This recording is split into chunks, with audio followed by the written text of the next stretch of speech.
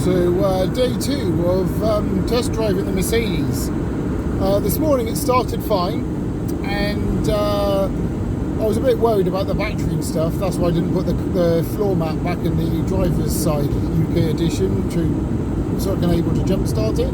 But yeah, the battery was fine, it was fully charged. I put £13 worth of petrol in yesterday, and I've done about 60 miles, and that's probably about 50p a mile. I've gone and filled it up, put another 30 quid in, and I'm just sort of below half a tank.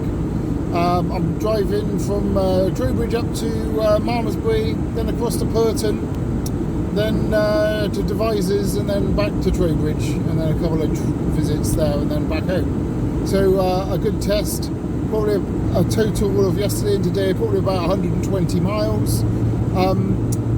There's a couple of things, I find it a little bit wobbly at some times, but that's if you've got the button with the strut on it turned on, and the button with the arrow on the car pointing up turned on, and also W mode on the gearbox. I find it very wobbly, but if I put it on S, it stiffens it up a little bit, and if I turn the two lights off on the suspension strut and the height of the suspension, it becomes a bit more stable.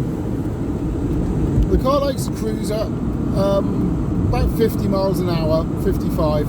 So I'm really happy sitting at that speed. Anything above 75, 80, it's very unstable. I wouldn't want to go a ton 20 in it, that's for sure, especially with these tyres. Devizes, there's a good scrapyard there. I might pop in there later on this afternoon on the way home and see if they've got a spare wheel, and if I can lose the actual wheel without the tyre in the boot. And then we've got a bit safer really, we can carry on going if we get a flat.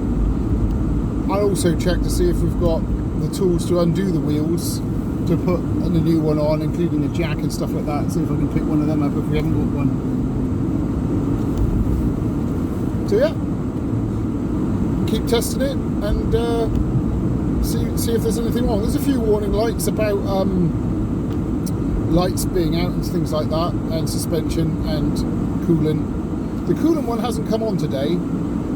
It's sitting at a steady 80 degrees, which is exactly slap bang in the middle.